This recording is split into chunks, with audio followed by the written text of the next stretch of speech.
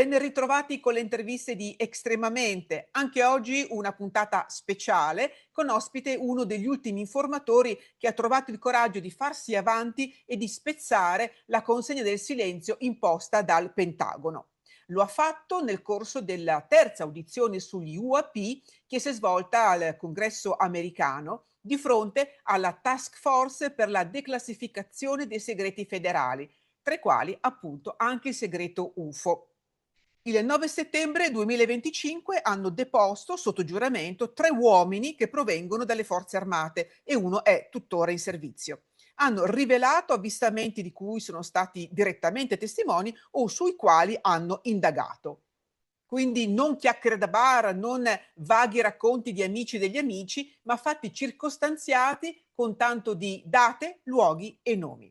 Come nel caso di Alexandro Wiggins, sottufficiale della Marina Militare.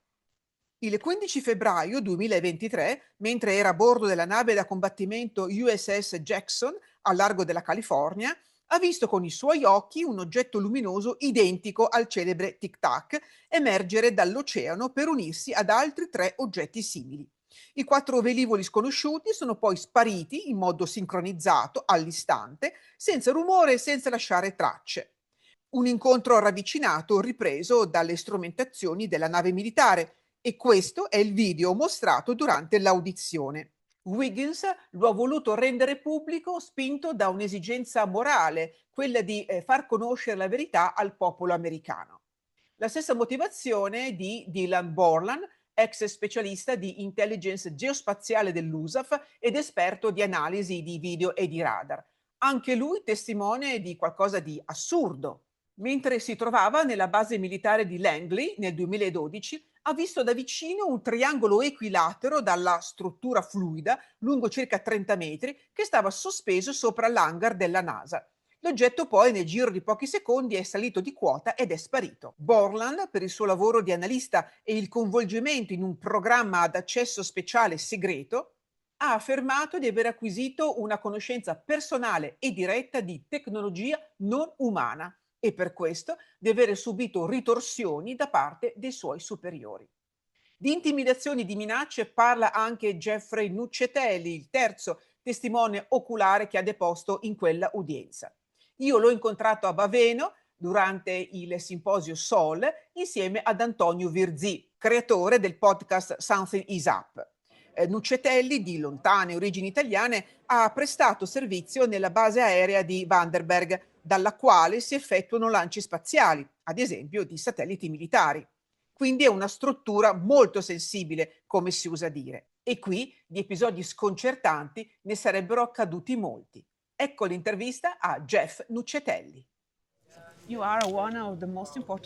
Sei uno dei testimoni più importanti che di recente si sono fatti avanti. Eri presente all'ultima audizione del Congresso americano.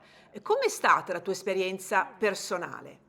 So it was a very intense experience, very stressful because there was an active intimidation and suppression operation against us. Whoever's trying to keep this topic secret did not want that hearing to happen. So we received some threats and intimidation leading up to the hearing. So it was very stressful. And then me and the other witnesses didn't actually meet until the day before the hearing. So we had to come together as a team very quickly and put a strategy together to make a successful hearing. So it was a lot of work, a lot of stress, and but at the end it was joy. You know, we were very happy to finally be able to go out and tell the truth, you know, to the American people in the world. So it was very emotional, very intense, and it was an amazing experience. Why did you decide? Perché hai deciso di fare questo passo? Because I think the American people and all people have the right and the responsibility to know the truth. And the truth is that people are encountering unidentified flying objects or phenomenon, and that's real. And the government is hiding it. And not only hiding it, punishing people for just speaking about what they've seen. So I felt compelled, based on my experiences, and seeing other people's lives destroyed because they were speaking the truth, I felt compelled to act. And it was different for me because I had evidence. I had written documentation from these UFO events at Vandenberg that I had maintained over 20 years. I had the paperwork. And that made my case different because I could give that to the FBI or to Congress, and then they can actually verify it happened. So I wanted to bring that evidence out and support all the other people that have been making these claims for years and do my part to bring the truth out. E di cosa parlano questi documenti? So the paperwork that I have is from this event was made public in the first hearing with Ryan Graves, David Grush, and David Fravor. It's the Vandenberg Red Square event.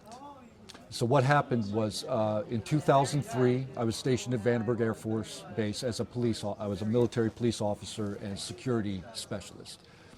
And we had a daytime UFO, real-world UFO, at a critical launch facility. And 3 Boeing contractors were working on site. They came outside, and there was a 100-meter floating red square over their heads. And you know, they walk out and they're like, oh my God, what is happening? And they reported it, and that's how we got involved. And we generated a police report. We took sworn written statements from the witnesses, and we up-channeled that to headquarters. And I kept that paperwork, and that's the paperwork I gave to Congress and the FBI. So they have the names, the written testimony, and everybody who was notified in the chain of command. They have all that data. E come agente di polizia militare tu hai visto o hai testimoniato anche altri eventi simili a questo? Yeah, that was the first event in an incursion. So I spoke about 5 events that happened at Vandenberg between 2003 and 2005. So we had 5 events that are public. There are more events that happened that I'm hoping to bring out in the future. And then my own personal encounter was one of those events. Ce ne puoi parlare? Yeah, so what happened was in 2005, I was still at Vandenberg Air Force Base, living on the base. So we had a party. It was about midnight, maybe 1 a.m., and my wife was in bed, and me and my friends were in the backyard having some drinks around the fire. And my friend Phoenix, she saw a light. And it looked like a star or a satellite, and it was traveling east to west. And it looked weird. The light was strange. It was this beautiful bluish white scintillating color. And it was pulsating in this smooth rhythmic pulse. So it didn't look like it looked like a satellite, but it was behaving strange. And we were trying to figure out, okay, it's probably a satellite. Maybe there's an atmospheric effect, you know, making the light weird. But then it maneuvered. It fluttered like a butterfly or like a leaf in the wind. And we were like, oh my God, what is it? And then it vanished. And then we were like, what happened? And then it came back into view, and it kept doing that. And every time it would reappear, it would be bigger and brighter and closer. And eventually it disappeared, and when it reappeared, it was 200 feet over my house. And it was a 30 or 50 foot sphere or orb of light. This beautiful white light. It appeared solid. We could see the curve.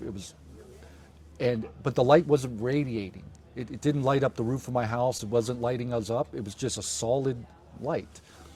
And we stared at it in awe for maybe 10 seconds, and then it vanished. And I said, okay, just keep your eyes there. And maybe 3 or 4 seconds later, it reappeared, and it had gone about 100 meters and gone up a bit. And we all looked at it again, and then it slowly accelerated, and we watched it go up into the stars. It took about 40 seconds, and it was gone.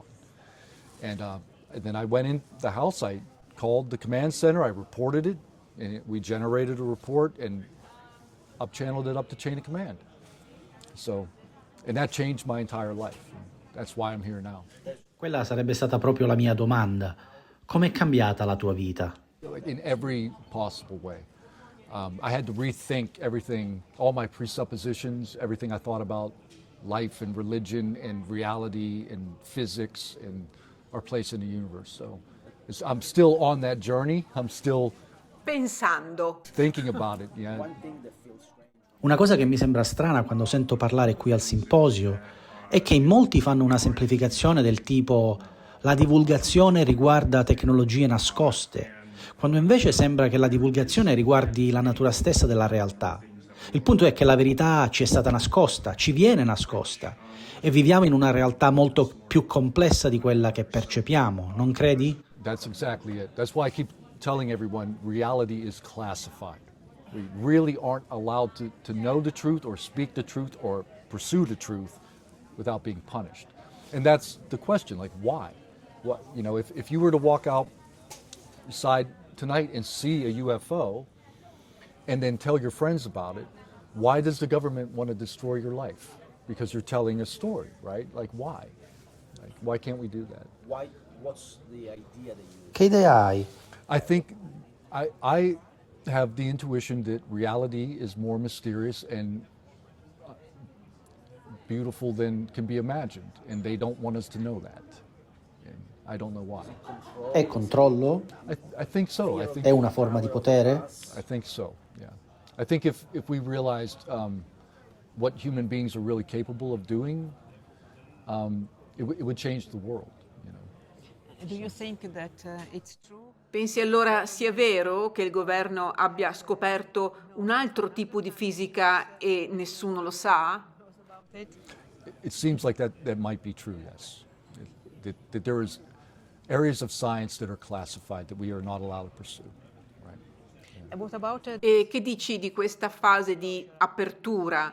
Ci credi o pensi che sia uno sforzo che non darà risultati?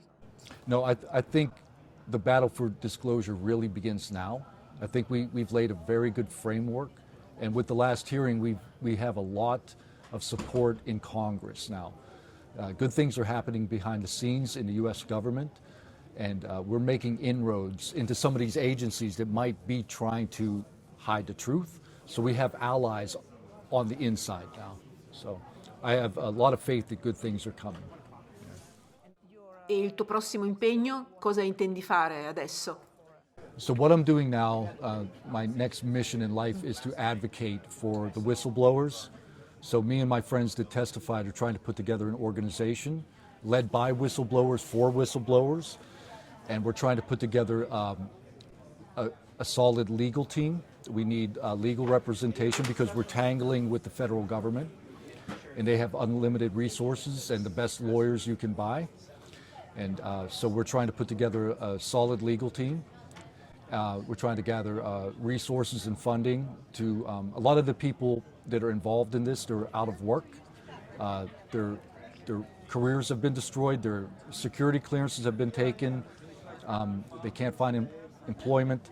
So we're trying to raise money to support them, and eventually try to apply pressure to the executive branch and get them to disclose. It's going to have to come from the President of the United States.